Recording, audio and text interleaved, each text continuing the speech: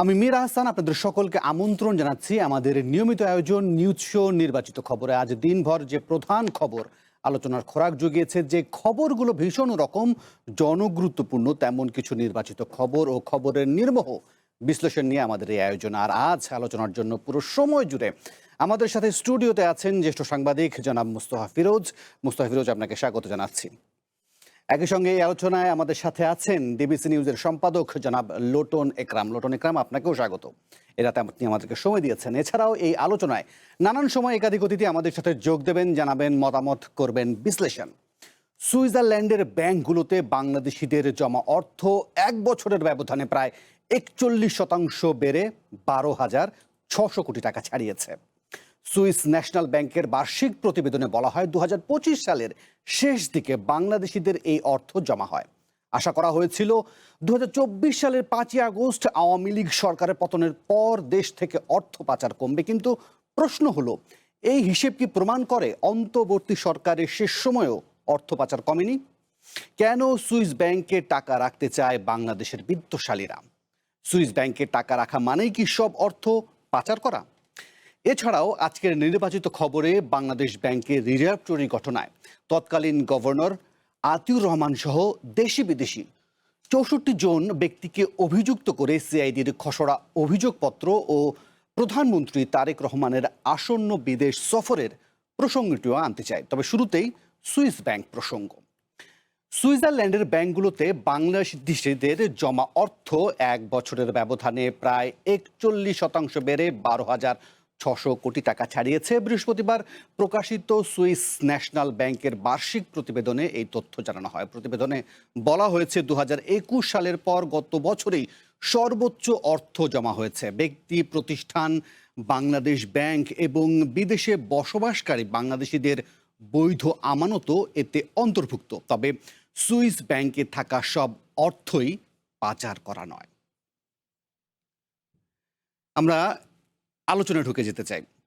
মুস্তফা ফিরোজ, আপনাকে দিয়ে আলোচনাটা শুরু করতে চাই। বিশেষ করে সময়টাকে আপনাকে লক্ষ্য করতে বলবো। আমাদের প্রতিবেদনে যেটা বলা হয়েছে যে সময়কালটা ২০২৫ সালের শেষ দিকে, অর্থাৎ অন্তর্বর্তীকালীন সরকারের সময়টাও কিন্তু এর মধ্যে রয়েছে। রয়েছে বললে কি আছেই। এখন প্রশ্নের জায়গাটা হচ্ছে, এটাও যেমন সত্য যে সব অর্থই যে পাচার করা, সব অর্থই যে অবৈধ তাও নয়, কিন্তু আবার এইটাও তো উড়িয়ে দেয়া যায় না যে পাচার কি আসলে কমলো? এটা এখন আসলে আগে একসময় যতটা গুরুত্ব পেত, এখন কিন্তু গুরুত্ব পাচ্ছে না। এই কারণে পাচারকারীরা এখন সতর্ক। হুম, এখন তারা সুইস ব্যাংকের দিকে পা বাড়ায় না। কারণ সুইস ব্যাংক যেহেতু আলোচনায় আসে, হুম, এরকম সুইস ব্যাংকের মতন অসংখ্য ব্যাংক রাইট। আছে। তারা সেইগুলোতেই রাখে। আর সুইস ব্যাংক হলো যেহেতু একটা আ ইউরোপের একটা প্রতিষ্ঠিত ব্যাংক, সারা ইউরোপ জুড়ে এর শাখা-প্রশাখা আছে। তো আমাদের ইউরোপে তো ধনী মানুষের হুম, সংখ্যাও তো কম না। ওকে। ফলে ১২,০০০ কোটি এটা আ মানে আমাদের প্রবাসী বাংলাদেশী বা আ সেখানে স্থায়ীভাবে আছে অনেক বাংলাদেশী, হুম, আ তাদেরও হতে পারে। সব যে বাংলাদেশের অ্যা অ্যা এমন না যে সুইস ব্যাংক থেকে আমরা সেই নামের তালিকা পাইছি যেখানে হুম, বাংলাদেশীরা আছে। আমরা পরিমাণটা পাচ্ছি। হুম। তো পরিমাণ দেখে আমরা বুঝবো কি করে যে এই টাকাটা সব মানে পাচার টাকা? কিন্তু আবার এটাও কি অনুমান করতে পারি কিনা ২০২২-২৩ সালে তো আবার মানে বেশ পরিমাণটা কমেও গিয়েছিল। আর এটা ব্যাংকের হলো কি উঠা-নামা এটা চলতে থাকে। দেখবেন আজকে আ যেটা আ বৃদ্ধিটা হুম, এটা দেখবেন যে সামনের বছর আবার একটু কমবে। হুম, এর পরের বছর আবার বাড়বে। হুম, তার মানে এটা দিয়ে এটা মিন করে না। হুম, বরং আ যেটা হচ্ছে যে এই মানে একটা পূর্ণাঙ্গ চিত্রটা যদি পাওয়া যেত, হুম, নামগুলো হুম, অন্তত ধরেন ১০০-২০০ নাম, হুম, সেখানে যদি বাংলাদেশী কেউ থাকতো তাহলে বোঝা যেত। হুম, এখন অধিকাংশ নাম যদি হয় এরকম যে ইউরোপে বসবাসকারী বাংলাদেশী, হুম, তাহলে কিন্তু এটাকে পাচার বলা যাবে না। হুম, ফলে এটা এটা আমি মানে মানে অন্য অপর একটা সাইট আমি বললাম। কিন্তু তার মানে এই না হুম, যে এখানে পাচার নাই। হুম, তো এইজন্য আমরা এর আগেও যখন থেকে এই খবরগুলো এসছে, হুম, সেখান থেকে কিন্তু আমরা এই জিনিসটা বের করতে পারিনি যে বাংলাদেশী আসলে নাম ধরে হুম, কতজন? মানে এখানে ব্যাংকের আভ্যন্তরীণ বিষয় এটা কখনো গ্রাহকদের হুম। নাম তারা কিন্তু উল্লেখ প্রচার করে না। করবে না। শুধু দেশটার আর কথাই বলে। দেশটার কথাই বলে। আর এটা মনে রাখা দরকার যে সুইস ব্যাংকের মতন এই ব্যাংকগুলো কিন্তু বাণিজ্যিক ব্যাংক। হুম, এরা আপনি দেখেন, আপনি যদি মালয়েশিয়া, থাইল্যান্ড, এই দুবাই, হুম, এইসব ব্যাংকগুলোতে প্রচুর চীনা, মানে চীনের নাগরিকদের পাচার টাকা আছে, হুম, অবৈধ টাকা আছে এবং এই ব্যাংকগুলো চলেই কিন্তু এদের উপর দিয়ে। হুম, ফলে এখানে একটা বাণিজ্য আছে। বাণিজ্য আছে বলে কখনো তারা গ্রাহকদের নাম প্রকাশ করবে না। হয়তো দেশ ওয়াইজ তারা একটা হিসাব দিতে পারে এইটুক। এর বেশি কিন্তু ঢুকতে পারবে না। এমনকি ওই দেশের সরকারও বাধ্য করতে পারবে না। যদি না একদম সুনির্দিষ্টভাবে ব্যক্তিকে উল্লেখ করে তার বিরুদ্ধে মামলা-টামলা পাচারের আছে এরকম একটা দিলে তবেই তারা সেটা নিয়ে ইনভেস্টিগেট করবে। ঢালাওভাবে কিন্তু কখনো ইচ্ছা হলো আর নাম প্রকাশ করে দিল। আ গভর্নমেন্ট চাইলেও আ ওই দেশের গভর্নমেন্টও হুম, এটা চাইবে না। আর অন্য দেশ থেকে যেমন বাংলাদেশ যদি বলে, "আচ্ছা ঠিক আছে, বাংলাদেশ থেকে বলল এখন নামগুলি দাও।" হুম, সেই নামগুলি কিন্তু দিতে তারা বাধ্য না। ওকে। ফলে এটা একটা আমাদের মধ্যে একটা সন্দেহ সংশয় থাকবে হুম, যে এর মধ্যে একটা বড় অংশ, পাচার তো অবশ্যই এর মধ্যে একটা থাকবে। কিন্তু আমার যেটা ধারণা যে এখানে প্রবাসী বাংলাদেশী জি। তাদের হয়তো সংখ্যাটাই বেশি এবং তাদেরকে হয়তো বাংলাদেশ হিসাবেই দেখানো হচ্ছে। ওকে। আমি লটন একরামের বিশ্লেষণটা শুনতে চাইবো নিশ্চয়ই যে আপনিও কি এই জমাটা হঠাৎ বেড়ে যাওয়ার মধ্যে কোনো বিশেষত্ব দেখেন কিনা? ধন্যবাদ আপনাকে এবং চ্যানেল ওয়ানের দর্শকদেরকে। উম আমিও অনেকটা পিরোজ ভাইয়ের সঙ্গে একমত। কারণ এখানে আপনার এই অনেকে যেটা মানে জুলাই অভ্যুত্থানের পর ধারণা করেছিল যে বাংলাদেশ থেকে আপনার মানি লন্ডারিং, হ্যাঁ? এটা অনেকটা কমে যাবে। বিশেষ করে এই যে মানে কমে যাওয়ার পর মানে আপনার ১-২ বছর কিন্তু কমেছিল যেটা সুইস ব্যাংকে। তো হঠাৎ করে আপনার ২৫ এর শেষের দিকে এসে যদি এটা বেড়ে যাওয়াটাই আমাদেরকে ইঙ্গিত করে যে আমাদের বাংলাদেশ থেকে এখনো হুম, আপনার মানি লন্ডারিং এটা কমে নাই। টাকা পাচার কমে নাই। হুম, এখন এই জায়গাটায় হয়তোবা আপনার ১ম জুলাই অভ্যুত্থানের পর ১ম এ হয়তোবা যারা এই ধরনের টাকা পাচার করতেন তারা হয়তোবা থেমে গিয়েছিলেন। টাকাগুলো বিভিন্ন জায়গায় হয়তো মানে তারা সঞ্চয় করে রেখেছিলেন। পরবর্তীতে হয়তোবা এই টাকাটা হুম, তারা অন্য দেশ ঘুরিয়ে যেভাবে হোক তারা নানান প্রক্রিয়া মানি লন্ডারিং করে সুইস ব্যাংকে হয়তোবা জমা দিতে পারেন যারা মানি লন্ডারিং করেছেন। আর এখানে পাশাপাশি প্রবাসী কল্যাণ প্রবাসীদের যে টাকাটাও থাকার মানে অস্বাভাবিক নয়। সেখানে অনেক বাংলাদেশী যেটা আছে আমাদের অনেকেই এস্টাবলিশ ব্যবসা-বাণিজ্য নানানভাবে তারা সেই টাকাটাও রাখতে পারেন। তবে এটা সব মিলিয়ে যে আমরা মানে বাংলাদেশ থেকে যেভাবে টাকা পাচারের যে আমাদের যে একটা মানে সন্দেহ, সংশয় সেটা কিন্তু উড়িয়ে দেওয়া যায় না এই রিপোর্টের প্রেক্ষিতে। হুম। এখন এই জায়গাটায় সরকারকে আমাদেরকে মানে বাংলাদেশ থেকে আরও একটু সতর্ক হওয়া উচিত। মানি লন্ডারিং এর মানে কিভাবে বন্ধ করা যায়? এই জায়গাটা একটা মানে মানে শক্ত একটা অবস্থান নেওয়া শক্ত অবস্থানের কথা বলছেন। প্রয়োজন নেওয়া ওকে। উচিত। আমি বরং এই আলোচনায় আমাদের সাথে অর্থনীতি বিশ্লেষক এবং কলামিস্ট জনাব সাইফুল হোসেনকে যোগ করে নিই। তার কাছ থেকে একটু বিস্তারিত জানার চেষ্টা করব। তার বিশ্লেষণ আসলে কিরকম বলে। সাইফুল হোসেনকে যদি আমরা পাই তাহলে সাইফুল হোসেনকে আমার ১ম যেটা জানতে চাওয়া। আ সাইফুল হোসেন, সুইস ব্যাংকের আসলে বিশেষত্বটা আসলে কি? যে বাংলাদেশের বিত্তশালীরা আসলে সেখানেই টাকা রাখতে চান। এক। দ্বিতীয়ত হঠাৎ করে এই যে মার্জিনটা বেড়েছে, হ্যাঁ, বাংলাদেশ থেকে পাচার হওয়া টাকার যে পরিমাণ আমরা জানতে পারি, বিভিন্ন সময় আমাদের সামনে এসেছে। হয়তো এই সংখ্যাটা সেরকম চমকে দেওয়ার মতো না, কিন্তু আবার এটাকে উড়িয়েও দেয়া যায় না।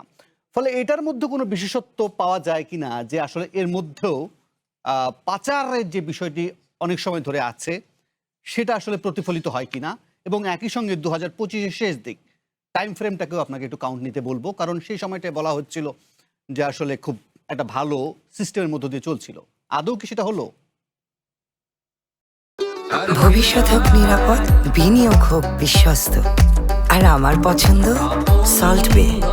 Welcome to Salt Bay.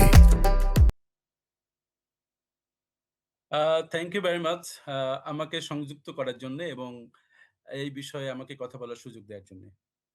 ১ম আপনি যে প্রশ্নটি করেছেন সেটা হচ্ছে যে সুইস ব্যাংক আসলে সেখানে মানে কেন সবাই আগ্রহী হয় সেখানে টাকা রাখতে তাদের বিশেষত্ব কি?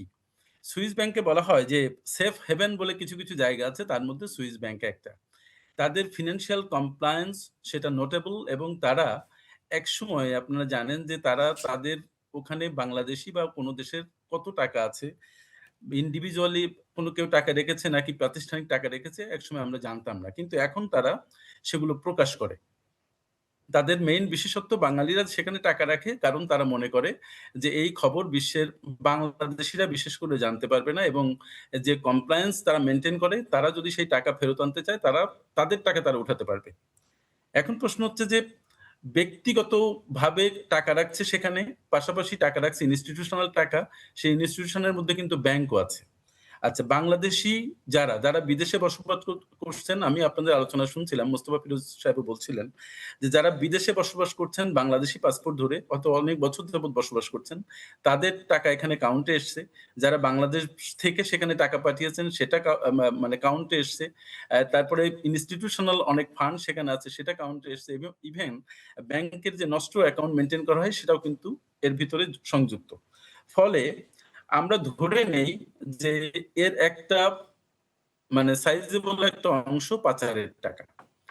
এটা আমরা ধরে নেই কারণ বিভিন্ন সময়ে গণমাধ্যমে বিভিন্ন সময় বিদেশি পত্রিকায় বাংলাদেশের পাচারের কথা এসছে এবং সুইস ব্যাংকে বাংলাদেশীদের টাকা আছে সে বিষয়ে আমরা জেনেছি। কিন্তু ব্যাপার হচ্ছে যে ওই যেটা মানে মূল কথা সেটা হচ্ছে যে ইয়েস বাংলাদেশী যারা পাচার করে তারা ওখানে টাকা রাখে এই ভেবে যে তারা এই টাকাটা হারাবে না। তারা যদি প্রয়োজন হয় সেখান থেকে উঠাতে পারবে। ওকে। কিন্তু দুঃখের বিষয় হচ্ছে সুইস ব্যাংক থেকে এ যাবৎকাল পাচারের অর্থ ফেরত এসছে যদি কোন দেশের ধরেন তাহলে সর্বোচ্চ আমরা পত্রিকায় দেখেছি 2% এর বেশি টাকা কিন্তু ফেরত আসে নাই। মানে তারা আনতে পারে নাই। ফলে আমাদের দেশেও চেষ্টা করেও কিন্তু এখনো সুইস ব্যাংক থেকে কোন পাচারের অর্থ আমরা নিয়ে আসতে পেরেছি এমন কোন প্রমাণ আমরা এখনো পত্রিকায় দেখি না বা গণমাধ্যমে আমরা দেখি নাই। হুম। আর যেমন ইন্ডিয়ার সাথে কিন্তু সুইস আচ্ছা, ব্যাংকের একটা চুক্তি আছে। সাইফুল হোসেন আরেকটা বিষয় আমি বলছি যে ফিরিয়ে আনা সম্ভব নয়, কিন্তু আ যাদের আছে অর্থ সেখানে তাদের নাম পরিচয় জানা কি সম্ভব? তাদের নাম পরিচয় জানাতে তারা বাধ্য নয়। কারণ এটা হচ্ছে তাদের ব্যাংকেরও কিছু পলিসি থাকে। হুম। যেমন ধরেন তাদের পলিসি হচ্ছে কোনো ব্যক্তির কোনো ব্যক্তিগত ইনফরমেশন তারা দিতে বাধ্য নয়। তবে যেমন ইন্ডিয়া যদি তাদের কাছে চায়, ইন্ডিয়ান গভর্নমেন্টের সাথে তাদের চুক্তি আছে যে তারা যদি কোনো ব্যক্তি সম্পর্কে জানতে চায় বা লিস্ট চায়, সুইস ব্যাংক দিতে বাধ্য। কিন্তু বাংলাদেশের সাথে এরকম সুইস ব্যাংকের কোনো চুক্তি আছে বলে আমার জানা নেই। কিন্তু কিন্তু সম্ভবত কোনো এই চুক্তি ক্ষেত্রে নেই। এই ক্ষেত্রে সাইফুল হোসেন একটু বলব যে ধরেন ট্রান্সপারেন্সি ইন্টারন্যাশনালের ডক্টর ইফতেখারুজ্জামানের একটি মন্তব্য এবং বক্তব্য আমি শুনছিলাম বা পড়ছিলামও। সেখানে তিনি বলছেন যে সুইস, মালয়েশিয়ান বা সিঙ্গাপুরের যেকোনো ব্যাংকই এখন তাদের বাধ্যবাধকতা রয়েছে তথ্য দেওয়ার ক্ষেত্রে। এক্ষেত্রে আবার শর্তযোগ আছে যে ধরেন কেন্দ্রীয় ব্যাংক, দুর্নীতি দমন কমিশন, অ্যাটর্নি জেনারেল অফিস, জাতীয় রাজস্ব বোর্ড যদি সবাই একসঙ্গে কর্তৃপক্ষ একসাথে কাজ করে তাহলে আসলে এই অর্থের উৎস জানা সম্ভব। এটা কি সত্য? শুনেন, প্রত্যেকটা ব্যাংকের বাংলাদেশের যেকোনো ব্যাংকে যদি আপনি যান, যে যদি কোনো ব্যক্তির কোনো ইনফরমেশন আপনি জানতে চান, আপনি জানতে পারবেন না। ওকে। কিন্তু যদি দুদক থেকে যায়, ইনকাম ট্যাক্স থেকে যদি যায় বা বাংলাদেশ ব্যাংক থেকে কোনো তথ্য যদি চায় তাহলে তারা দিতে বাধ্য। হুম। ঠিক ঐরকম তাদের সাথে যেমন ইন্ডিয়া থেকে চাইলে দেয়, তারা ইনফরমেশন দিতে বাধ্য। বাংলাদেশের সাথে যদি কোনো চুক্তি থাকে এবং যদি বাংলাদেশের কোনো আইন প্রয়োগকারী সংস্থা এটা প্রমাণ করতে পারে যে একজন ব্যক্তি এখানে আইনত দণ্ডনীয় আ এবং তারা যদি বাংলাদেশের পক্ষ থেকে যে সংস্থাগুলোর কথা আপনি বললেন, যদি তাদের কাছে জানতে চায় তাহলে তারা তাদের দেখবে যে তাদের কমপ্লায়েন্স এ এটা টিকে কিনা, এটা তারা দিতে পারে কিনা। যদি তারা মনে করে দিতে পারে তখন দেয়। কিন্তু এখনো কিন্তু এমন তথ্য আমরা পাইনি যে বাংলাদেশের পক্ষ থেকে সুইস ব্যাংকে কোনো স্পেশাল ব্যক্তি বা কোনো প্রতিষ্ঠানের নামে কিছু চেয়েছে এবং তারা সেটা দিয়েছে। বাধ্যবাধকতার ব্যাপারটা নেই আসলে। চাইলে তারা যদি কনসিডার করে দেয়া যায় তখন তারা দিবে। যদি তাদের মানে কমপ্লায়েন্স এ সেটা টিকে। জি, শুনছিলাম সাইফুল হোসেনের মন্তব্য। মোস্তাফিজুর, আমাদের দেশের রাজনৈতিক সরকারগুলো কি এটা কি অনুভব করে যে না আসলে আমাদের তথ্য জানা দরকার? কারণ এক্ষেত্রে এই সংশয়টাও তো অনেকের মধ্যে কাজ করতে পারে যে হ্যাঁ, আমি ফলের বেলা খুঁজতে গিয়ে আমারই একটা বেড়াল কালো বেরিয়ে এলো। বিশেষ করে রাজনৈতিক সরকারের ক্ষেত্রে। রাজনৈতিক সরকার আসলে একটা সবসময় চাপের মধ্যে থাকে, কারণ বিশেষ করে এই মুহূর্তে টাকার খুবই সংকট। হুম। সুতরাং টাকা পাচার যাদেরকে সন্দেহ করা হয় তাদেরকে চাপে রাখে ওই অর্থে যে তুমি পাচার টাকাটা ফিরে এনে এখানে বিনিয়োগ করো। কিন্তু ঠিক ওইটাকে অ্যাকশন হিসাবে তুমি পাচার টাকা করছো, সুতরাং টাকা পাচারের দায়ে তোমার আসলেই কিন্তু তোমার খবর আছে, এরকম মনোভাব সম্ভবত এখন আর নেই, আমি যতটুকু গেস করি আর কি। কারণ বাংলাদেশের গুটি কয়েক রাঘব বোয়ালের প্রচুর তারা টাকা পাচারও করেছে, আবার তারা এখানে বিনিয়োগও করেছে। এখন এইটার মধ্যে একটা সমন্বয় করতে চায় সরকার, যে তুমি কতটা তুমি টাকা পাচার এনে এখানে যদি বিনিয়োগ করো তাহলে তোমাকে ছাড় দেব।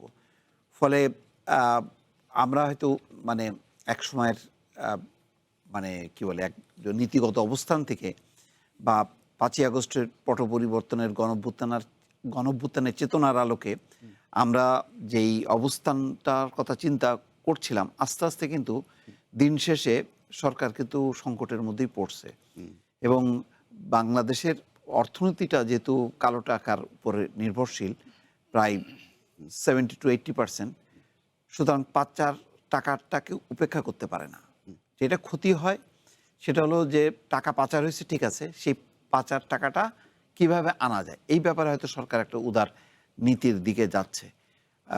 ফলে আলটিমেটলি এই সুইস ব্যাংকের এই মানে টাকা দেখে আমরা যেভাবে আলোচনার এটাকে গুরুত্বপূর্ণ হিসাবে প্রথম পর্বেই এটা আলোচনা করছি, সরকারের কাছে কিন্তু চিন্তাটা অন্যরকম। ওকে, অন্যরকম চিন্তা হলো।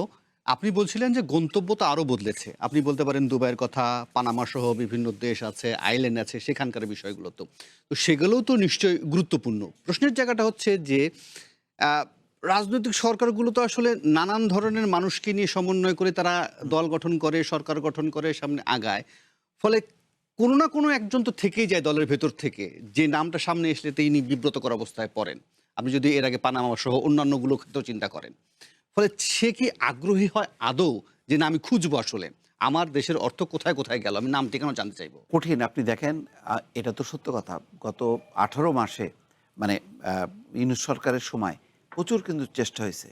এবং আপনি জানেন যে এনবিআর থেকে কিন্তু একটা বিশেষ টিম তারা বিভিন্ন দেশে গেছেও, কিন্তু শেষ পর্যন্ত কিন্তু আসলে পাওয়া যায় না। কারণ আপনি যাই বলেন না কেন, একটা ব্যাংকে যখন নাকি ধরেন যে কারোরই সেই টাকা পাচার হোক, পাচার টাকা হোক, আর যেই হোক না কেন, টাকা তো টাকাই, সে ওর গায়ে তো আর লেখা থাকে না এটা পাচার।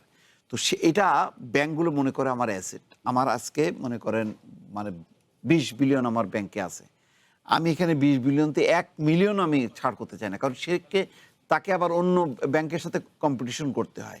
তো এইসব কারণে এই কম্পিটিশনের কারণে, এই বাণিজ্যিক দৃষ্টিভঙ্গির কারণে আলটিমেটলি মানে এই পাচার টাকাটা আসলে সেভ হয়ে যায়, আনতে পারে না। এবং আপনি দেখেন ইউনূস সরকার তো কম চেষ্টা করেনি, কত পার্সেন্ট টাকা আসছে, খুব কম, একেবারে খুবই টার্গেটেড কয়েকজন ছাড়া বাকিরা কিন্তু কারো কাছ থেকে আনা সম্ভব হয়নি।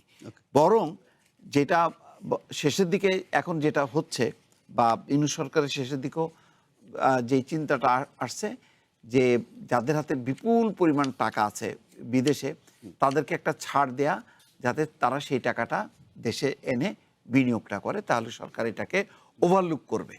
এরকম একটা পলিসির মধ্যে আসলে ওই অর্থে মানে টাকা পাচারকারীদের বিরুদ্ধে অভিযান চলবে, এটা মনে করার কোনো কারণ নেই। ওকে, লটন একরাম, আপনি যদি এই বিষয়ে ছোট্ট করে যোগ করতে চান সেটা শুনবো, তারপর আমি আমার পরের প্রসঙ্গ যেতে চাই। আমি এখানে একটু যোগ করতে চাই, সেটা হলো সম্প্রতি বাংলাদেশ ব্যাংক যে ব্যাংক রেজুলেশন আইন সংশোধন করেছে, এটা কিন্তু আমরা যতটুকু জানি মানে যে তাদের এই আইন সংশোধন করা মানে হলো যারা ব্যাংক লুট করেছে তাদের আবার মালিকানায় শেয়ারে ফেরত আসার একটা সুযোগ তৈরি হবে। এটাও কিন্তু সরকারের একটা কৌশল, আমরা যতটুকু জানি যে তাদের যেহেতু পাচার করার টাকাটা এনে যাতে এখানে আবার ইনভেস্ট করে, এটারই কৌশল হিসেবে যতটুকু সম্ভব আমরা জানতে পারিছি যে এই ব্যাংক রেজুলেশন আইনটা সংশোধন করে তারা, যদিও এটা সমালোচিত হচ্ছে, গভর্নমেন্ট দেশের মানুষ এটা ভালোভাবে নিচ্ছে না, যে মানে যারা লুটপাট করছে তাদেরকে আবার ব্যাংকের মালিকানায় ফেরত আনা। কিন্তু সরকার তো আপনি যে ফিরোজ ভাই যেটা বললো, অর্থনীতির গতিটা সঞ্চার করার জন্য, এটা না শুধু, আমরা আরও যতটুকু জানতে পারি যে বাংলাদেশে বড় বড় শিল্পগুলার যে কারখানা, ইন্ডাস্ট্রি, ব্যবসা বাণিজ্যগুলো বন্ধ আছে, এগুলো কিন্তু প্রতিষ্ঠানগুলো চালু করার ক্ষেত্রে কিন্তু আমরা পদ্মার আড়ালে এক ধরনের সমঝোতা মানে তাদের সাথে কমিউনিকেশন করা হচ্ছে, যে এই বড় বড় প্রতিষ্ঠানগুলো যেগুলো বন্ধ জুলাই অভ্যুত্থানের পরে অনেক কর্মী বেকার আন্দোলন হচ্ছে, এগুলোকে আপনার কিভাবে চালু করা যায়, চালু করার ক্ষেত্রে মানে ভিতরে একটা নেগোসিয়েশন করার চেষ্টা করেছে যাতে অর্থনৈতিক গতিটা সঞ্চার হয়, পাশাপাশি বেকারত্ব কমে।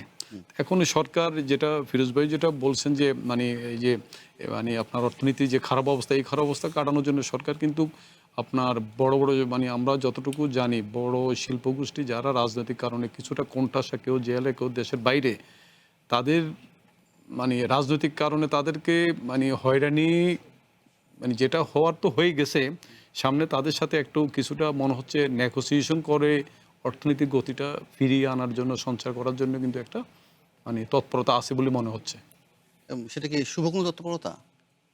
সেটা অর্থনীতির গতিটা মানে যাতে মানে ফিরানো যায়, পাশাপাশি বিনিয়োগেরও কিন্তু এই যে প্রধানমন্ত্রী দেখবেন সম্প্রতি যে বলতেছেন বিদেশি মানে বিনিয়োগ আনতে পারলে তো চিহ্নিত লুটেরার সাথে আপনি আবার ফিরে নিয়ে এসে সমঝোতা করে আপনি অর্থনীতি গতিশীল করবেন, আমি জানি না। সরকারের দেশ তো পরিচালনা করতে হবে, দেশের মানুষকে তো কর্মসংস্থান দিতে হবে। এভাবে কর্মসংস্থান কি তৈরি হয় কিনা আমার জানা নেই। আমি এটা বিরতি নেই, বিরতির পর ফিরে এসে বাংলাদেশ ব্যাংকের রিজার্ভ চুরির ঘটনায় যে তৎকালীন গভর্নর আতিউর রহমান সহ দেশি বিদেশি ৬৪ জন ব্যক্তিকে অভিযুক্ত করেছে সিআইডি এবং তারা খসড়া অভিযোগপত্র জমা দিতে যাচ্ছে, সেই প্রসঙ্গটি এই আলোচনায় নিয়ে আসবো। তবে তার আগে নেব ছোট্ট একটা বিরতি, ফিরছি একটু পর। ভবিষ্যৎ হোক নিরাপদ, বিনিয়োগ হোক বিশ্বস্ত, আর আমার পছন্দ সল্ট বে। Welcome to Salt Bay. আবার আমন্ত্রণ নির্বাচিত খবরে। আমাদের সাথে আছেন মোস্তফা ফিরোজ, আছেন লোটন একরাম, আছেন সাইফুল হোসেন। এছাড়াও এই আলোচনায় আমরা এই মুহূর্তে যোগ করে নিতে চাই প্রযুক্তিবিদ এবং সাইবার নিরাপত্তা বিশেষজ্ঞ জনাব তানভীর হাসান জোহাকেও। তানভীর হাসান জোহা, আশা করি আপনি আমাকে নিশ্চয়ই শুনতে পাচ্ছেন। তাকে যোগ করে নেওয়ার কারণটা হচ্ছে যে আমরা এখন পর্যন্ত জানতে পারছি যে দেশের ইতিহাসে, বাংলাদেশের ইতিহাসে সবচেয়ে বড় চাঞ্চল্যকর যে অর্থ কেলেঙ্কারি এবং রিজার্ভ চুরির ঘটনা, সেটা একটা বড় অগ্রগতি এসেছে তদন্তের ক্ষেত্রে। সেখানে বলা হচ্ছে বাংলাদেশ ব্যাংকের রিজার্ভ চুরির ঘটনায় তৎকালীন গভর্নর আতিউর রহমান সহ দেশি বিদেশি ৬৪ জন ব্যক্তিকে অভিযুক্ত করেছে সিআইডি। মামলার খসড়া অভিযোগপত্র তৈরি করে আইনি পরামর্শের জন্য অ্যাটর্নি জেনারেলকে দিয়েছে তদন্ত সংস্থা। এই বিষয়ে একটি প্রতিবেদন আছে, আমরা প্রতিবেদনটি দেখি, তারপর সামগ্রিকভাবে আলোচনাটা করবো। আমরা প্রতিবেদনটি দেখি। 2016 সাল নিউ ইয়র্কের ফেডারেল রিজার্ভ ব্যাংকের বাংলাদেশ ব্যাংকের হিসেব থেকে $101 মিলিয়ন চুরি করে অজ্ঞাতনামা হ্যাকাররা। ফিলিপাইনের আরসিবিসি ব্যাংকের জুয়ারিদের ভুয়া অ্যাকাউন্টে 81 মিলিয়ন এবং শ্রীলঙ্কার শালিকা ফাউন্ডেশন নামের একটি বেসরকারি সংস্থার অ্যাকাউন্টে পাঠানো হয় $20 মিলিয়ন। এই ঘটনায় সমালোচনার ঝড় ওঠে দেশে বিদেশে, এমনকি এটিকে বিশ্বের ব্যাংকিং খাতের অন্যতম বড় স্ক্যাম বলে মন্তব্য করা হয়। এরপর পেরিয়ে গেছে 1 দশক, বাংলাদেশ থেকে চুরি হওয়া কিছু অর্থ ফেরত আনতে পারলেও বড় অংশই বাকি। এই ঘটনার রহস্য উদ্ঘাটন ও অর্থ উদ্ধারে বাংলাদেশ ও আমেরিকার নিউ ইয়র্ক আদালতে মামলা চলছে। এর মধ্যে দেশের মামলা তদন্ত করা সংস্থা সিআইডি আইনি পরামর্শের জন্য গত 1 মার্চ খসড়া অভিযোগপত্র দেয় অ্যাটর্নি জেনারেলের অফিসে। রিজার্ভ চুরির খসড়া অভিযোগপত্রে বাংলাদেশ ব্যাংকের সাবেক গভর্নর আতিউর রহমান সহ কেন্দ্রীয় ব্যাংকের 10 কর্মকর্তার নাম রয়েছে।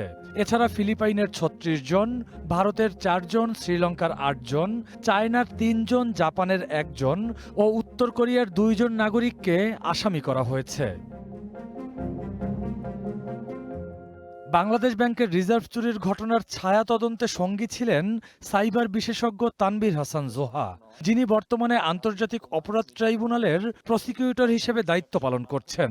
জোহা বলছেন, চুরিতে কেন্দ্রীয় ব্যাংকের রাঘব বোয়ালরা জড়িত এমন কথা বলায় তাকে অপহরণ করা হয়েছিল।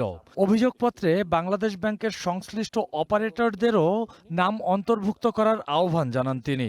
শুধু কি গভর্নরের পিছনে রাষ্ট্রীয় অন্যান্য কোনো পৃষ্ঠপোষকতা আছে কিনা, উনি কার নির্দেশে এটা ছাপানোর চেষ্টা করেছিলেন সেটিও আসলে তদন্ত আনা দরকার, উনি ভালো উত্তর দিতে পারবে। এই বিশেষজ্ঞ জানান, রিজার্ভের চুরির অর্থ ফেরত আনার জন্য কূটনৈতিক প্রচেষ্টা এবং আন্তদেশীয় বিচারিক প্রক্রিয়া জানতে বিষয়টি রাষ্ট্রের সর্বোচ্চ আইন কর্মকর্তার দপ্তরে পাঠানো হয়েছে। যেহেতু এটা ক্রস বর্ডার জুডিশিয়ারি সিস্টেম এবং বিশ্বের সবচাইতে আলোচিত এবং বড় স্ক্যাম, এখানে দুটো পার্ট আছে, একটা হচ্ছে ইনভেস্টিগেশন, একটা হচ্ছে ডিপ্লোমেসি। আমাদের কিন্তু অর্থটা ফিরিয়েও আনতে হবে। রিজার্ভ চুরির বিচার দেশের প্রচলিত আইনে বিদেশিদের বিচার করতেও কোনো বাধা নেই মত দিয়েছেন তানভীর হাসান। বলেন, চূড়ান্ত অভিযোগপত্র দাখিলের পর ইন্টারপোল সহ বৈশ্বিক আইন প্রয়োগকারী সংস্থাকে কাজে লাগাতে পারবে বাংলাদেশ। Rakibul Rahat, one news, Dhaka. আমার প্রতিবেদনে দেখছিলাম, আমি বরং তানভীর হাসান জোহার কাছ থেকে একটু জানার চেষ্টা করি। তিনি যেহেতু ছায়া তদন্তের সাথে ছিলেন এবং একটা বড় অভিজ্ঞতার মধ্য দিয়ে গেছেন, আমি বরং তানভীর হাসান আপনার কাছ থেকে একটু বোঝার চেষ্টা করি, আমরা কি সব প্রশ্নের উত্তর পেয়েছি? হ্যাঁ জি, ধন্যবাদ। আমি আসলে যে বিষয়টি বলতে চাই, 2016 সালে ফেব্রুয়ারিতে র্যাপিড অ্যাকশন ব্যাটালিয়নের নির্দেশক্রমে আমি সরাসরি সুইফট সার্ভারের ফার্স্ট রেসপন্ডার, আমি সুইফট সার্ভারের প্রথম সিচুয়েশনটি আসলে আমি তদন্ত করি এবং র্যাব ছায়া তদন্ত করছিল, সেখানে সিআইডি সম্পৃক্ততা ছিল না এবং তখনও পর্যন্ত এটা কোনো জিডি কিংবা কোনো মামলা হয়নি। তো আমরা যখন এই বিষয়টা নিয়ে অধিকতর জিজ্ঞাসাবাদ করা হলো তৎকালীন আইটি কর্মকর্তা এবং সাবেক গভর্নরকে, যে আসলে কেন এটা থানায় অবহিত করা হয়নি, এবং ইতোমধ্যে আমি ফেব্রুয়ারির 16 সালে আমি দেখতে পেলাম যে সুইফট সার্ভারটি যুক্তরাষ্ট্রে চলে গিয়েছে এবং সেখানে রাকেশ আস্তানা নামে একজন ফরেন্সিক বিশেষজ্ঞ ফায়ারের পক্ষ থেকে সমস্ত ডিভাইসগুলো নিয়ে উনি আমেরিকাতে ফরেন্সিকের জন্য পাঠিয়ে দিয়েছেন। তো উনি যে পাঠালেন, এটা আসলে কিভাবে পাঠালেন, এর রেসিপিটা কি, কার অনুমতি নিয়ে উনি পাঠালেন, এই সকল বিষয় তদন্তের যে স্ট্যান্ডার্ড প্রসিডিওর আছে, সদুত্তর যখন পাওয়া যাচ্ছিল না, এর মধ্যে অদ্ভুত যে বিষয়টি ঘটলো, বাংলাদেশ ব্যাংকের সিসি ক্যামেরার ফুটেজ পাওয়া যাচ্ছিল না এবং হার্ড ড্রাইভ পাওয়া যাচ্ছিল না। তো আমরা যখন ফুটেজ হার্ড ড্রাইভ পেলাম না, এই টোটাল হ্যাকিংটা কিভাবে ঘটলো, এই ভৌতিক হ্যাকিং নাকি রিয়েল হ্যাকিং যেটাই হোক, এই বিষয়টা যখন সিসি ক্যামেরা ফুটেজ, যেটা কিনা ইন্টারনেটের সাথে তখন সম্পৃক্ত ছিল না, যখন আমরা এটা দেখতে ব্যর্থ হলাম, স্বভাবতই আমরা ইনসাইডারের উপর আমাদের নজর পড়লো এবং ইনসাইডাররা ততক্ষণে বিভিন্ন জায়গায় ট্রান্সফারও হয়ে গিয়েছিল। সার্বিক পরিস্থিতিতে এই কথাগুলো যখন আমি তদন্ত রিপোর্ট আকারে তথ্য যোগাযোগ প্রযুক্তি বিভাগকে আমি প্রেরণ করতে গিয়েছি, ইনসাইডারকে আসলে বা এটা একটা হ্যাকিং দেখাতে হবে এরকম একটা অদৃশ্য চাপ আমার উপর অর্পিত হয়েছিল, যার কারণে আমি আইন শৃঙ্খলা বাহিনী কর্তৃক তখন আমি আসলে মিসিং ছিলাম 15 দিন। তো এনিওয়েজ, আমি যে বিষয়টা আসলে মূল প্রসঙ্গে যেটা বলতে চাই, প্রত্যাশার যে জায়গাটা 10 বছর পর সত্যটা বের হয়েছে, যে অবশ্যই একটা প্রত্যাশার জায়গা পূর্ণ হয়েছে, যে কথাটা আসলে বলতে গিয়ে আমার কণ্ঠটা আসলে রুদ্র হয়েছিল। তো সেই কথাটা আসলে আমি 10 বছর পর এই চ্যানেল ওয়ানের স্টেশনে বলতে পারছি। আমি আসলে কিছুটা আবেগে প্রসন্ন হয়ে গেছি, আবেগেও আছি। তো আমি যেটা বলতে চাই, প্রমাণ কথা বলে, এত 10 বছর ধরে এতগুলো আয়ু চেঞ্জ হয়েছে, এতগুলো পথ পরিক্রমায়, এতগুলো সার্ভারের লগ ডিটেলস এবং অপারেটরদের সব কিছু মিলিয়ে আমি যেহেতু এখনো পূর্ণাঙ্গ রিপোর্টটা দেখিনি, যেটা সিআইডি নিশ্চয়ই অধিকতর তদন্ত করে। ওকে, তাহলে আমার জন্য আর একটু জানা জরুরি, তানভীর হাসান একটু বলবেন নিশ্চয়ই, যে ধরেন যে প্রশ্নগুলো উত্তর এখন স্পষ্ট নয়, বিশেষ করে সিসিটিভির ফুটেজ কি উদ্ধার করা গেছে কিনা, ডিজিটাল ফরেনসিক বিশ্লেষণ যেটাকে বলা হয় কতটা গ্রহণযোগ্য, অভ্যন্তরীণ কেউ যোগ সাজসের মধ্যে ছিল কিনা, সেই বিষয়গুলো আসলে কতটা পরিষ্কার হওয়া গেছে বা স্পষ্ট হওয়া গেছে কিনা। একই সঙ্গে কেন একজন গভর্নর, যিনি সে সময় তিনি ব্যাংকের হর্তাকর্তা সব মিলিয়ে, তিনি কেন এত বড় একটা কেলেঙ্কারির ঘটনা ঘটাতে যাবেন, এত বড় একটা চুরির ঘটনা ঘটাতে যাবেন, সেগুলো কি স্পষ্ট হয়েছে? আচ্ছা, দেখুন, একটি বিষয় আমি বলতে চাই, উনি যদি ওনার অনাকাঙ্ক্ষিত বা ওনার নলেজের বাইরে যদি ঘটনাটা যদি ঘটেও থাকে, পরবর্তীতে তৎকালীন সরকার যেভাবে ওনাকে সাপোর্ট করা হয়েছে, দেখেন মামলাটা অনেক বড় প্রলং করা হয়েছে। তো এবং এটা কোনো যৌক্তিক কারণ নেই, এবং এই মামলাটা তদন্ত করার জন্য দেশ বিদেশ অনেক রকমের ফার্ম আছে, তাদেরকে আমরা নিয়োগ করতে পারি। এবং আমি বিশ্বাস করি বাংলাদেশ পুলিশের সাইবার ক্রাইম ইউনিটের সে সক্ষমতা 100% আছে, আমি 90% বলবো না, 100% আছে, কিন্তু সেই অথরিটিটা দিতে হবে। তো এখন আমি যেটা বলতে চাচ্ছি এটুকুই, যে অবশ্যই মানে এটা ইনসাইডার আছে, এটা যে কেউ বুঝবে, কারণ তাদের আচরণ সন্দেহজনক ছিল। এবং আতিউর রহমান সাহেবের যে বিষয়টা আমি বলতে চাই, সাবেক গভর্নরের, যে উনি কিন্তু কিছুটা বুঝে না বুঝে নাকি অবহেলা না অপেশাদারমূলক আচরণ, এই ঘটনাটা কিন্তু উনি জিডি এন্ট্রি কিংবা মামলা করেননি। এবং আমি তদন্তের একটি পর্যায়ে শুনতে পেরেছি ডেপুটি গভর্নর সহ অনেকেই কিন্তু বলেছে যেটা থানা অবহিত করার জন্য, কিন্তু উনি বিশ্বব্যাংকের পরামর্শে, আমি যেটা আমার সামনে উনি বলেছিলেন, আমার স্মৃতিভ্রম না হলে স্পষ্ট মনে আছে আমার, উনি বলেছিলেন বিশ্বব্যাংকের পরামর্শে ওনার রাকেশ আস্তানা কিংবা ফায়ার আইকে দিয়েছে ইনভেস্টিগেট করতে। এবং আমি জানি না ফায়ার আই আলটিমেটলি ইনভেস্টিগেট করে কি পেয়েছে, বা একটা ম্যালওয়্যারের কথা বলছে। তো সেই ম্যালওয়্যারটা আসলো কোথা থেকে। তবে এইটুকু বলতে চাই, আপনি শুরুতে বলেছেন বাংলাদেশের ইতিহাসে, আমি বলতে চাইছি বিশ্বের ইতিহাসে এটা সবচেয়ে বড় স্ক্যাম। এবং এই ইনভেস্টিগেশন কিন্তু সারা বিশ্ব চেয়ে আছে। আমরা যেভাবে ক্ষতিগ্রস্ত হয়েছি, যদি সঠিক তদন্ত হয় পূর্ণ টাকা ফেরত আসবে ইনশাল্লাহ। এবং পাশাপাশি জি, এবং কূটনৈতিক প্রচেষ্টা থাকলে পরে আইন এটা ওকে, আমরা এই আলোচনার সামনে করব কেন পুরো বিশ্ব এইটার দিকে নজর রাখবে। আমি বরং একটু মোস্তাফিজের কাছ থেকে একটা বিশ্লেষণ শুনতে চাইবো। নিশ্চয়ই মোস্তাফিজ, যাদের নামগুলো আসছে আপনি দেখেন, মানে একদম সাবেক গভর্নর, সাবেক ডেপুটি গভর্নর, সাবেক নির্বাহী পরিচালক, একটি ব্যাংকের সাবেক ব্যবস্থাপনা পরিচালক, মহাব্যবস্থাপক, উপপরিচালক, মানে ব্যাংকিং প্রফেশনালদের মানে এক ধরনের টপ মোস্ট ব্যক্তিদের নাম আসছে। এবং বাংলাদেশ ব্যাংকের গভর্নর কীভাবে নিয়োগ হয় সেটা সবাই অলমোস্ট জানা। এখন বিষয়টিকে অনেকে প্রশ্ন তুলতে পারেন যে আসলে এটা আবার রাজনৈতিক পলিটিক্যাল উইপেন হয়ে যাচ্ছে কিনা। একই সঙ্গে ব্যাংকিং প্রফেশনালদের উপরে আসলে প্রশ্ন জায়গা তোলার ক্ষেত্র তৈরি হচ্ছে কিনা। সময়টা আসলে এমনিতেই খুব খারাপ অবস্থা। ইসলামী ব্যাংক নিয়ে এলোমেলো অবস্থা বাংলাদেশ ব্যাংক। ফলে সরকার একটা খুব শক্ত অবস্থানে আছে ব্যাংকিং সেক্টর নিয়ে, আমার মনে হয় না, বরং খুবই নাজুক অবস্থা চলছে। এই অবস্থার মধ্যে এই হ্যাকিং, এটা তো মোটামুটিভাবে মানে বোঝাই যাচ্ছে যে এটা খুবই সংঘবদ্ধভাবে এবং বাংলাদেশ ব্যাংকের অভ্যন্তরে ইন্ধনের প্রেক্ষিতে হ্যাকাররা এই কাজটা করছে। কিন্তু যে বিষয়টা এখন আসছে যে এটার একটা পূর্ণাঙ্গ তদন্ত হবে কিনা, সিরিয়াসলি এটা মুভ হবে কিনা, এই সম্ভাবনার জায়গাটা আমি শঙ্কা বোধ করি যে এই দিকে মনোযোগ মানে দিতে গেলে বাংলাদেশ ব্যাংকের পুরা এলোমেলো অবস্থা হবে। এবং যেহেতু খুব ব্যাপক বিস্তৃত আকারে অনেকে জড়িত আছে, সেই দিকে যাবে কিনা আমার সন্দেহ আছে। কারণ হয় কি, দেখেন, একটা শক্ত জায়গাটা যদি শক্ত হয় তাহলে অনেক কিছু করা যায়। জায়গা যদি দুর্বল হয় তখন আপনার চোখের সামনে অনেক ঘটনা ঘটবে বা আপনি বুঝতেছেন, কিন্তু তারপরে কিছু করার থাকে না, কারণ আপনার সেই ধরনের মনোবৃত্তিও নাই, সেই ধরনের আপনার লোকবলও নাই, সেই ধরনের যে করবেন আপনার সেই সময়টাও নাই। বরং এখন ব্যাংকিং সেক্টরকে রক্ষা করাটা প্রায়োরিটি। তা সেই কারণে এটা নিয়ে খুব বেশি আশাবাদী হওয়ার কোনো কারণ আমি দেখছি না। সাইফুল হোসেন যদি আমাদের সাথে থাকেন, তাকেও একটু যোগ করে চাচ্ছিলাম যে তিনি যদি আমার সাথে আছেন। সাইফুল হোসেন, আপনি শুনছিলেন মোস্তফা ফিরোজ খুব একটা আশাবাদী হতে পারছেন না, আপনি কি আশাবাদী হতে পারেন? মোস্তাফিজুর যেটা বলছিলেন আমি শুনছি। ব্যাপার হচ্ছে বাংলাদেশের ব্যাংকিং সেক্টর এখন সবচেয়ে ভালনারেবিলিটির দিকে আছে। এমন একটা চ্যালেঞ্জের মধ্যে আমরা এখন পড়ে গেছি, যে চ্যালেঞ্জের মধ্যে থেকে যদি আমরা বের হয়ে আসতে না পারি, তাহলে আমাদের এই যে বড় বাজেট দেওয়া হয়েছে, বাজেট বাস্তবায়ন খুব চ্যালেঞ্জের মুখে পড়বে। এমন তো অবস্থায় যে খবরটি আমাদের সামনে এসেছে, এটা খুব আশার খবর। যে দেখেন, বাংলাদেশ ব্যাংকের যে 10 কোটি 10 লাখ ডলার চুরি হয়ে গেল সেই 2016 সালে, যেটা আমরা জানলাম, সেই টাকার কিছু অংশ এসছে, বাকি টাকা আসে নাই। এতদিন পরে এসে চার্জশিট দেওয়া হয়েছে, এটা আসার কথা।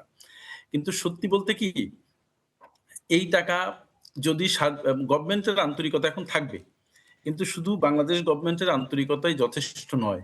এখানে আন্তর্জাতিক দেখেন বিভিন্ন দেশের মানে মানুষেরা এর সাথে জড়িত হয়ে পড়েছে, এবং বাংলাদেশ ব্যাংকের বিভিন্ন স্তরের কর্মকর্তারা এর সাথে জড়িত। কেউ হয়তো বা ইচ্ছে করেই জড়িত, কেউ আবার না বুঝে জড়িত, কেউ হয়তো তার নেগলিজেন্সের কারণে জড়িত। তো আমি মনে করি, যেহেতু কিছু টাকা ফেরত এসছে, যদি আরো কিছু টাকা আমরা যত কষ্ট হোক যদি ফেরত আনতে পারি, তাহলে সেটা আমাদের জন্য হবে খুবই ভালো একটা ব্যাপার। কারণ এই ব্যাংকিং যে ধসে পড়া অবস্থা থেকে হয়তো আমরা খানিকটা ভালো অবস্থানে যাব।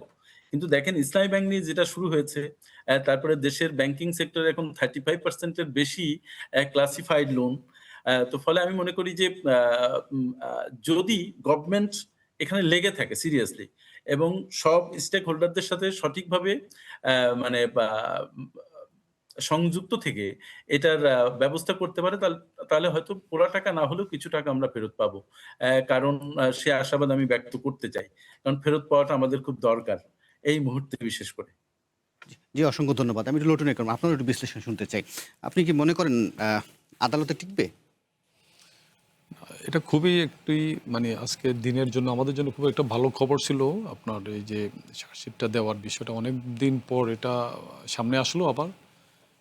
এক্ষেত্রে সবচেয়ে যেটা মানে এখন প্রয়োজন পর্যন্ত কি বলতে পারি এটা খসড়া চার্জশিট, কারণ এটা খসড়া অ্যাটর্নি এখন জেনারেলের কাছ এখানে থেকে এখানে মতামত চাওয়া। এখানে চূড়ান্ত আমাদেরকে যেটা আমরা প্রত্যাশা করব একটা সুষ্ঠু নিরপেক্ষ তদন্ত মানে প্রকৃত রিপোর্ট আসবে, তদন্তটা হবে।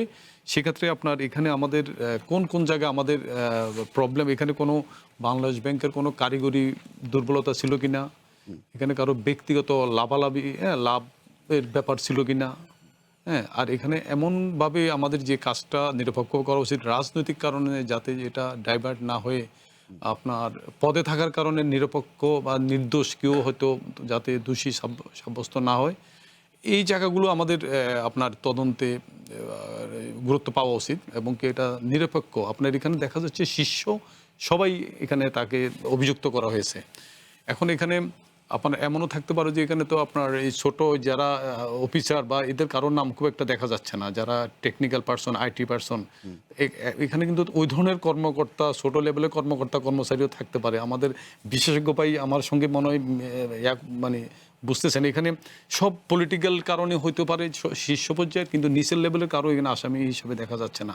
এই জিনিসটা মানে নিরপেক্ষভাবে বস্তুনিষ্ঠভাবে তদন্ত যাতে হয়, এই জায়গাটা গুরুত্ব আরোপ করা প্রয়োজন বলে মনে করি আমরা। তদন্তের জায়গা থেকে আপনার মনে করেন যে এটা বস্তুনিষ্ঠতা থাকা দরকার। তানভীর হাসানের কাছ থেকে এইটা একটু বোঝার চেষ্টা করব। মানে একটা হার্ড ডিস্ক জব্দ হওয়ার কথা জানা যাচ্ছিল। এখন এই ধরনের মামলার ক্ষেত্রে অনেকে বলেন যে চেইন অফ কাস্টোডি ঠিকঠাক ছিল কিনা, সেই বিষয়টা আসলে কতটুকু মনোযোগ দেওয়া হয়েছে, কে জব্দ করেছিল, কখন জব্দ করেছিল, ফরেনসিক ইমেজ নেওয়া হয়েছিল কিনা, কোনো পরিবর্তন হয়েছিল কিনা, বিদেশে কোনো ডিজিটাল আলামতের জন্য পাঠানো হয়েছিল কিনা, এই বিষয়গুলো কতটা স্পষ্ট করা গেছে এখানে, কতটুকু জানেন আপনি? জি জি, ধন্যবাদ। আমি আসলে পুরো রিপোর্টটা এখনও পড়ার সুযোগ হয়ে ওঠেনি। এটা একটা সংবেদনশীল রিপোর্ট। তারপরও এই জাতীয় ব্যাপারে সিআইডির যথেষ্ট দক্ষতা আছে, চেন অফ কাস্টোডি কী করে মেনটেন করে তারা জিনিসগুলো প্রডিউস করবে। তো আমি একটি কথা বলতে চাই, আমার পূর্ববর্তী বক্তাকে কেন্দ্র করে উনি আসলে ঠিকই বলেছেন। আমাদের এখানে টেকনিক্যাল লোক কতজন আসলে গ্রেফতার হলো এই জিনিসটা কিন্তু এখনও খোলাসা হয়নি, এবং তদন্তের গোপনীয়তার কারণে আসলে এটা এখন হয়তো বা খোলাসা হচ্ছে না। তবে টেকনিক্যাল লোকটা অবশ্যই জড়িত। তখন হয়তো বা রিলেট করা লাগবে যে তারা কিভাবে উপরের মহল বা ঊর্ধ্বতন কর্তৃপক্ষ দ্বারা নির্দেশিত হয়ে জোর সাজকে যদি করে থাকে কোনো কিছু এই বিষয়টা। তবে আমি একটি কথা বলে আমার বক্তব্য শেষ করব। শুধুমাত্র অর্থকে চুরি করলো বা জড়িত আছে কি না, কিংবা হ্যাক হয়েছে কি না, সেটি বড় কথা নয়। এখানে কিন্তু নেগলিজেন্স কিন্তু একেবারে দৃশ্যমান। এই নেগলিজেন্সের পিছনের কারণটা কিন্তু খতিয়ে দেখা, এটাও কিন্তু বিচারের একটি বিশেষ গুরুত্বপূর্ণ অংশ বলে আমি মনে করি। এবং এটার জন্যই আসলে আমাদের কমান্ড অ্যান্ড রেসপন্সিবিলিটি স্ট্রাকচারে আমাদের ঊর্ধ্বতন কর্তৃপক্ষরা আসলে আমার মনে হয় চলে এসেছে, এবং সেটাকে প্রমাণ করার জন্য যথেষ্ট পরিমাণ ডিজিটাল আলামত এবং ব্যক্তিগত ডিভাইস জব্দ এবং তাদের ডেস্কটপ জব্দ করে ফরেনসিক রিপোর্টের ভিত্তিতে, যেহেতু এটা একটি কোনো গল্প নয়, এটা আসলে একদমই একটা বৈজ্ঞানিক একটি প্রযুক্তি এবং বৈজ্ঞানিক ভিত্তিতে এটা কিন্তু আপনাকে কোর্টে না প্রমাণ করতে পারলে পরে এটা কিন্তু একটি বৈরী একটা অভিজ্ঞতার মধ্যে দিয়ে আমাদের ভবিষ্যতে যেতে হবে, যেটা অবশ্যই আমরা অনাকাঙ্ক্ষিত না। 10,000 পৃষ্ঠার যেহেতু চার্জশিট, আমি আশাই করছি ডিটেলস ফরেনসিক রিপোর্ট সিআইডি অবশ্যই দিয়েছে, এবং অবশ্যই চেঞ্জ অফ কাস্টোডিটা ওনারা মেনটেন করবেন না, আমি সেটাই আশা করি। অসংখ্য ধন্যবাদ তানভীর হাসান। আমি বরং এই বিষয়টি নিয়ে ছোট্ট করে মুস্তাফিজে জানতে চাইবো। নিশ্চয়ই এই বিষয়টির সাথে বাংলাদেশ ব্যাংক এখন পর্যন্ত যা দেখছি, নিউ ইয়র্কের ফেডারেল রিজার্ভ ব্যাংক, আন্তর্জাতিক সুইফট নেটওয়ার্ক, ফিলিপাইনের ব্যাংকিং ব্যবস্থা, একাধিক বিদেশি আর্থিক প্রতিষ্ঠান, তদন্ত সংস্থা, বহুজাতিক আন্তর্জাতিক সাইবার অপরাধ, সব মিলে অনেকগুলো প্রসঙ্গ, অনেকগুলো দেশের বিষয় জড়িত। ফলে এই মামলাটা শুধু বা এই কেসটা শুধু বাংলাদেশের জন্য নয়, পুরো বিশ্বের জন্য একটা দৃষ্টান্ত। ফলে এটা আসলে কতটুকু সেন্সিটিভিটি দিয়ে দেখা উচিত? না, বিষয়টা তো খুবই গুরুত্বপূর্ণ, কারণ এটা বাংলাদেশ ব্যাংকের তো নিরাপত্তার সাথে জড়িত। আমি যেটা প্রথম ভাগে বলছিলাম যে সরকারের এখন যেহেতু মনোযোগটা আগে হলো রক্ষা করার জন্য, সুতরাং এই রকম গুরুত্বপূর্ণ বিষয়ে সরকার যেটা করার দরকার সেটা হলো যে বরং পুরো বিষয়টা আন্তর্জাতিক বিভিন্ন সংস্থাকে যুক্ত করে যদি একটা তদন্ত কমিটি করে তাহলে অনেক গোমর বের হয়ে আসবে এবং এটা করার দরকার। কারণ যেহেতু বাংলাদেশ ব্যাংক সেই আপনার যদি শস্যের মধ্যে ভূত থাকে আপনি তাহলে আপনার পুরো সেক্টরটা এই কলাপস করবে। সুতরাং বাংলাদেশ ব্যাংকের স্বচ্ছতা, জবাবদিহিতার এবং সেটাকে একেবারে স্বচ্ছ রাখার স্বার্থে এখানে শুধুমাত্র আমাদের দেশি বাংলাদেশের কোনো কর্তৃপক্ষের হাতে না দিয়ে এখানে আন্তর্জাতিক যারা যারা ইন্টারেস্টেড গ্রুপ আছে তাদেরকে যুক্ত করে একটা আন্তর্জাতিক পর্যায়ের একটা বিশেষজ্ঞ কমিটি দিয়ে এটার একটা সুরাহা হওয়া দরকার। এবং এটা যদি সুরাহা না হয় ততক্ষণ পর্যন্ত কিন্তু বাংলাদেশ ব্যাংকের ভিতরে এই ঘুণে ধরা এই পোকা এটা আরও ক্ষতি করবে। জি, অসংখ্য ধন্যবাদ। আমি বরং এই অংশ থেকে তানভীর হাসান জোহাকে আপাতত বিদায় জানাতে চাই। অসংখ্য ধন্যবাদ তানভীর হাসান জোহা, আপনি আমাদেরকে সময় দিয়েছিলেন। আমি এটা বিরতি নিতে চাই। তবে সাইফুল হোসেন আপনি আমাদের সাথে থাকুন, কারণ আমরা এই পরের প্রসঙ্গে একটু আলোচনা করতে চাইবো যে ভারতের প্রভাবশালী দৈনিক দ্য হিন্দু একটি প্রতিবেদন করেছে। সেখানে তারা বলছেন যে প্রধানমন্ত্রী তারেক রহমানের মালয়েশিয়া ও চায়না সফর ঢাকা দিল্লির সম্পর্কে কোনো প্রভাব ফেলবে না। ফলে অবশ্যই প্রসঙ্গটি আলোচনার দাবি রাখে। আমরা ফিরে এসে সেই প্রসঙ্গে আলোচনা করতে চাই। নেব ছোট্ট একটা বিরতি। ভবিষ্যৎ হোক নিরাপদ, বিনিয়োগ হোক বিশ্বস্ত, আর আমার পছন্দ সল্ট বে। Welcome to Salt Bay. আবার আমন্ত্রণ নির্বাচিত খবরে। আমাদের সাথে আছেন মোস্তফা ফিরোজ, আছেন লোটন একরাম। যে প্রসঙ্গটি আনতে চাই, প্রধানমন্ত্রী তারেক রহমানের মালয়েশিয়া ও চায়না সফর ঢাকা দিল্লি সম্পর্কে কোনো প্রভাব ফেলবে না। ভারতের প্রভাবশালী পত্রিকা দৈনিক বা দ্য হিন্দু এক প্রতিবেদনে এই কথা জানিয়েছে। আমরা প্রতিবেদনটি দেখে তারপর আলোচনা ঢুকি ছোট্ট করে। ফেব্রুয়ারিতে দায়িত্ব নেয়ার পর প্রথমবারের মতো বিদেশ সফর যাচ্ছেন প্রধানমন্ত্রী তারেক রহমান। আগামী সপ্তাহেই শুরু হচ্ছে তার মালয়েশিয়া ও চায়না সফর। প্রধানমন্ত্রীর বিদেশ সফরকে কেন্দ্র করে ঢাকা ও দিল্লির কূটনৈতিক পরিমণ্ডলে শুরু হয়েছে নতুন সমীকরণ। তবে ভারতের গণমাধ্যম দ্য হিন্দুর এক প্রতিবেদনে বলা হয়েছে এই সফর ঢাকা দিল্লির সম্পর্কে কোনো প্রভাব ফেলবে না। একটি উচ্চপদস্থ সরকারি সূত্রের বরাতে পত্রিকাটি জানায় ভারতের সাথে বাংলাদেশের সম্পর্কের নিজস্ব গুরুত্ব রয়েছে, যা অন্য কোনো দেশ দিয়ে প্রতিস্থাপনযোগ্য নয়।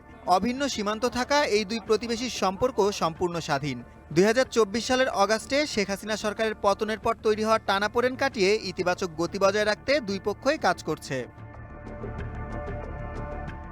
সম্প্রতি ভারতের নতুন হাইকমিশনার দীনেশ ত্রিবেদী স্থলপথে বাংলাদেশে এসে আলোচনার মাধ্যমে দূরত্ব ঘোষণার আহ্বান জানান। তবে সামাজিক মাধ্যমে তার এই বক্তব্য ঘিরে বিভ্রান্তি ছড়ানোর জেরে ঢাকা ও চট্টগ্রামে বিক্ষোভ সমাবেশ করেছে সংসদের প্রধান বিরোধী দল জামায়াতে ইসলামী। অবশ্য দ্য হিন্দুকে দেয়া সাক্ষাৎকারে সরকারি সূত্র এই বিতর্কের জন্য সামাজিক মাধ্যমকে দায়ী করেছেন। সূত্রটি স্পষ্ট করেছেন রাষ্ট্রদূত মূলত সংলাপে দুই দেশের জনগণকে কাছাকাছি আনার কথা বলেছিলেন, যা ভুলভাবে উপস্থাপন করা হয়েছে। শপথ গ্রহণের পর ভারতের প্রধানমন্ত্রী নরেন্দ্র মোদীর আনুষ্ঠানিক আমন্ত্রণ পেলেও এখনও দিল্লি যাওয়া হয়নি প্রধানমন্ত্রীর। তবে বিএনপি সূত্র দ্য হিন্দুকে নিশ্চিত করেছে আগামী 26 জুন চায়না সফর থেকে ফিরেই জুলাই মাসে ভারত সফরের পরিকল্পনা করছেন প্রধানমন্ত্রী তারেক রহমান। কূটনৈতিক মহল মনে করছে এই সফরের মধ্য দিয়েই দুই দেশের উচ্চ পর্যায়ের আলোচনা আনুষ্ঠানিক রূপ পাবে। সুলাইমান সবুজ, ওয়ান ইন্টারন্যাশনাল ডেস্ক।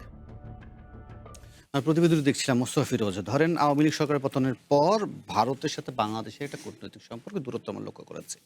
বিপরীতে ঢাকা বেজিং এর সম্পর্ক একটু দৃঢ় হওয়া বা গাঢ় হওয়ার বিষয়টি আপনার নিশ্চয়ই চোখে পড়েছে। এবং 5ই আগস্টের পর বিএনপি, জামাত, এনসিপি সবার পর্যায়ক্রমে সফরগুলো কিন্তু সবার দৃষ্টি এড়ায়নি। এর মাঝখান থেকে দ্য হিন্দু, ভারতের প্রভাবশালী দৈনিক, আগ বাড়িয়ে বলা যে না কোনো প্রভাব ফেলবে না, এর মধ্যে কোনো বিশেষত্ব আছে? এটা আসলে সত্যটাকে লুকানোর একটা চেষ্টা। প্রভাব তো অবশ্যই মারাত্মক প্রভাব। এটা চীনের মালয়েশিয়াটাকে আমি অত গুরুত্ব দিচ্ছি না, কিন্তু চীন আগে হয়ে যাচ্ছে ভারতের আগে, এটা ভারত মেনে নেবে এটা মনে করার কোনো কারণ নেই। আবার ভারতে যদি আগে হতো চীন এটা ভালোভাবে মেনে নেবে এটা মনে করার কোনো কারণ নেই। আপনার বাংলাদেশ তো দূরের কথা, আপনার ছোট্ট একটা দেশ মালদ্বীপ, মইজুর কথা চিন্তা করেন। সে যখন ট্র্যাডিশন ভেঙে, অর্থাৎ ওই দেশের যারা প্রেসিডেন্ট নির্বাচিত হতো তাদের প্রথম সফর করতে হতো ভারতে, সেই ট্র্যাডিশনটা ভেঙে যখন নাকি চীনে গেল তোলপাড় হয়ে গেল। অথচ মালদ্বীপ অত গুরুত্বপূর্ণ না, মানে আঞ্চলিক শক্তি সব কিছু বিবেচনায়, মূলত একটা ট্যুরিস্ট দেশ, সেটাকেও এত গুরুত্বভাবে নিল, এটা নিয়ে ব্যাপক তোলপাড় চলল ভারতের কূটনীতিতে। সেখানে বাংলাদেশ, যেখানে তারা বলছিল যে রাজনৈতিক সরকার আসলে সব ঠিক হয়ে যাবে, তো সব ঠিক হলো কোথায়? সেই ইউনূস সরকার যেভাবে চীনকে গুরুত্ব দিচ্ছে, তারেক রহমান সরকারও চীনকে গুরুত্ব দিচ্ছে, আগে গুরুত্ব দিচ্ছে। কারণ বাংলাদেশের সামনে যেটা অর্থনৈতিক চ্যালেঞ্জ, তার উন্নয়ন প্রকল্পের চ্যালেঞ্জ, সেই চ্যালেঞ্জগুলো তো আর ভারতকে খুশি করার জন্য তো ভারতে আগে যেতে পারে না। সুতরাং এটা সঠিক সিদ্ধান্ত, কিন্তু ভারত এটা খুব খুশি মনে মেনে নেবে এটা মনে করার কোনো কারণ নেই। ইউনূস সাহেবের সামান্য দু একটা কথা যেটা বললো, তাতেই সেভেন সিস্টারকে নিয়ে ষড়যন্ত্র করতেছে, চীনকে ঢুকাচ্ছে বলে কি হইচই করলো। তো সেখানে বোঝাই যায় এটা অত্যন্ত স্পর্শকাতর, এবং এটা তারা মনে করে যে এটা তারা সম্মানিত হলো। এবং তার বহিঃপ্রকাশ তো দেখাই গেল যে দিল্লিতে পুশিন নিয়ে যে কাণ্ডটা করলো, বিন্দুমাত্র এটাকে তারা আলোচনার মধ্যেই আনতে চাইলো না। অথচ আজকে আপনার আন্তর্জাতিক পর্যায়ে আলোচনা হচ্ছে, জাতিসংঘের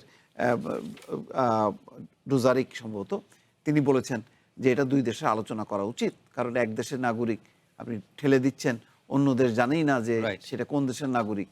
তো এগুলি তো বোঝা যাচ্ছে, এই লক্ষণগুলি, মানে আপনার জ্বরের লক্ষণ তো অনেক রকম হয়, এই লক্ষণগুলি দিয়েই বোঝা যায় যে এইটা ভালোভাবে তারা মেনে নিচ্ছে। ওকে, লোটন একরাম, আপনি একটু নিশ্চয়ই বলতে থাকুন যে এর মধ্যে দিয়ে আসলে কোনো চাপ তৈরি করবে কিনা। আমি ফাঁকে এখানে চলে যাই, একটু অনলাইন পোর্টালগুলো দেখবো। আপনি কি মনে করেন যে সামনে আরও বাংলাদেশের সাথে রাজনৈতিক বলেন, কূটনৈতিক বলেন, বাণিজ্যিক বলেন, নানান প্রসঙ্গে যে চাপগুলো আমরা অনুভব করি, সেই ধরনের চাপ দেখতে পাবো কিনা যদি চীনের সাথে আর একটু গাঢ় হয় সম্পর্ক? সেটা ইতিমধ্যে দৃশ্যমান হয়ে গেছে। আপনারা দেখেছেন সম্প্রতি যে প্রধানমন্ত্রী যে উপদেষ্টা ডাক্তার জাহিদ সাহেবকে যেভাবে হেনস্থা করা হলো, বাংলাদেশে একজন প্রতিমন্ত্রী যেখানে তাকে রিসিভ করে সসম্মানে নিয়ে যাবে, সেখানে ওটা বসিয়ে রাখা হয়েছে। এটা কিন্তু যে পুশিন যেমন একটা মানে বাংলাদেশের উপর চাপ তৈরির একটা পূর্বাভাস, অনুরূপভাবে প্রধানমন্ত্রীর উপদেষ্টাকেও আপনার এই যে এয়ারপোর্টে যে হেনস্থা করা হয়েছে, এটা কিন্তু চায়নার সঙ্গে প্রধানমন্ত্রী যে সাপোর্টটা হচ্ছে, এটারই যে একটা মানে সিগন্যাল কিনা এটা বলা যাচ্ছে না। তো সব মিলিয়ে হিন্দু যে রিপোর্ট করেছে, এটা আসলে এটা মানে শাক দিয়ে মাছ ঢাকার মতো। তারা স্বীকার করবে না যে এই সাপোর্টটা মানে যে তারা ভালোভাবে নিচ্ছে, এটা মানে কোনোভাবেই এটা বলার অবকাশ রাখে না। জি, অসংখ্য ধন্যবাদ। আমার বরং এই ফাঁকে একটু অনলাইন পোর্টালগুলো দেখি। প্রথম আলো তার অনলাইন পোর্টালে প্রথম অংশ জুড়েই বিস্ময়কর খবর রেখেছে। পরিমণির সঙ্গে সম্পর্ক, চাকরি হারালেন পুলিশ কর্মকর্তা সাকলায়েন। মোস্তফা ফিরোজ, কি বলবেন? এটা তো খুবই একটা মানে একটা তদন্তাধীন অবস্থার মধ্যে যে অবস্থাটা ছিল, এটা অনেক আগেই হওয়া দরকার ছিল। তো আগের তো এই শেখ হাসিনার আমলে তো কোনো কিছুই হয় না, এগুলিকে বরং উৎসাহ দেওয়া হয়। তো এটা আমি মনে করি সঠিক একটা সিদ্ধান্ত। জি, প্রথম আলো আরেকটি প্রতিবেদন, সবগুলো প্রতিবেদনই করা হয়েছে যে সাগররুনি হত্যা মামলা তদন্ত প্রতিবেদন জমার তারিখ 127 বার পেছালো, আজকেও পেছালো।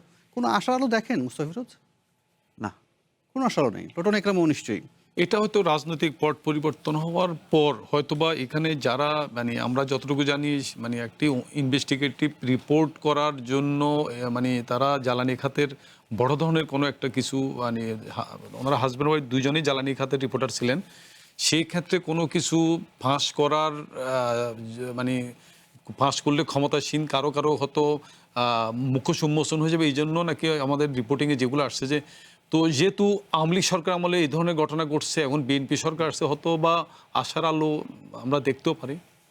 আপনি আশাবাদী দেখতেও পারেন, আপনি আশাবাদী। যাই হোক, অসংখ্য ধন্যবাদ। আমাকে অনুষ্ঠান শেষ করতে হচ্ছে, প্রযোজক দল থেকে আমাকে বলা হচ্ছে যে অনুষ্ঠান শেষ করতে। অসংখ্য ধন্যবাদ লোটন একরাম, একই সঙ্গে মোস্তফা ফিরোজ। এই রাতে আপনি আমাদেরকে সময় দিয়েছিলেন। আর এই ছিল আজকের নির্বাচিত খবরে। কাল আবারও দেখা হবে। ভালো থাকুন, সুস্থ থাকুন, শুভরাত্রি।